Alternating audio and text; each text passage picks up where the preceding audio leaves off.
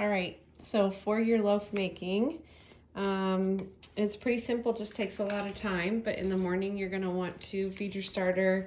I always put it, like I said, in the oven with the light on to keep it warm and speed up the process, but you wanna have that first step of the starter just growing and feeding for about 4 to 7 hours. About an hour before you're gonna make your once that first step is done, you're gonna mix together your 500 grams of flour, and I usually do half of the bread flour and half of the all-purpose flour, but you can do any kind of combination. You can do wheat flour too.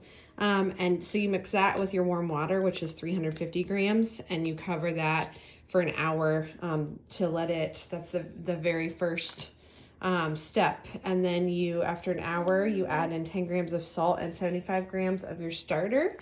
And once you get it all into your bowl, then that starts the next step, which is stretch and fold process. So I'm actually on the third one right now.